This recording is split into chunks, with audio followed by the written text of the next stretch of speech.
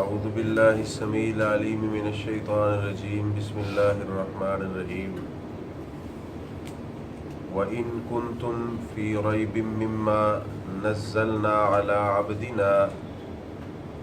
فَأْتُوا بِسُورَةٍ مِّن مِّثْلِهِ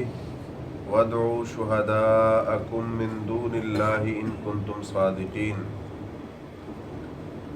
یہ قرآن حکیم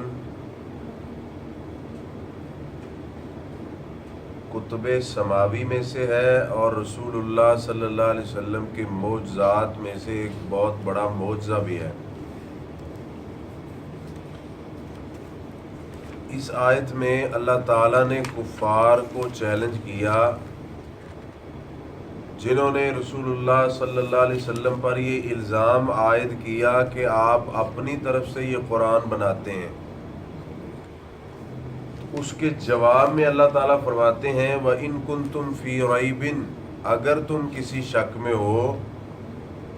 مِمَّا نَزَّلْنَا عَلَىٰ عَبْدِنَا، جو ہم نے اپنے بندے محمد صلی اللہ علیہ وسلم پر یہ قرآن اتارا ہے، تو پھر ایسے کرو کہ فَأْتُوا بِسُورَةٍ مِّن مِّثْلِهِ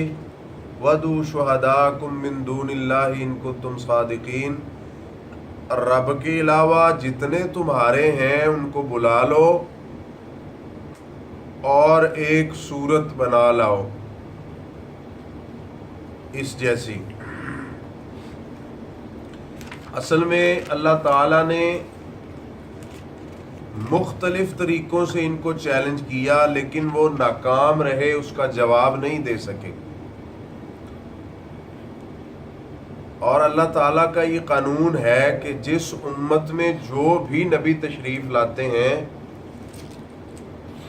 اس دور میں جس چیز کی شہرت ہوتی ہے اللہ تعالیٰ اپنے نبیوں کو وہی معجزے کی شکل میں عطا کر دیتے ہیں۔ مثال کے طور پہ حضرت موسیٰ علیہ السلام کے دور میں جادو بہت زیادہ تھا، بڑے بڑے پائے کے جادوگر تھے جن کا توڑ کوئی نہیں تھا، تو اللہ تعالیٰ نے ان کو عصا دے دیا جو سب کو نگل گیا، یعنی ان سے بڑا توڑ حضرت موسیٰ علیہ السلام کا معجزہ تھا۔ اور حضرت عیسیٰ علیہ السلام کے دور میں حکمت بہت عروج پہ تھی، بڑے بڑے حکیم تھے، اتنے نباز تھے کہ وہ نبض دیکھتے اور بندے کو نسخہ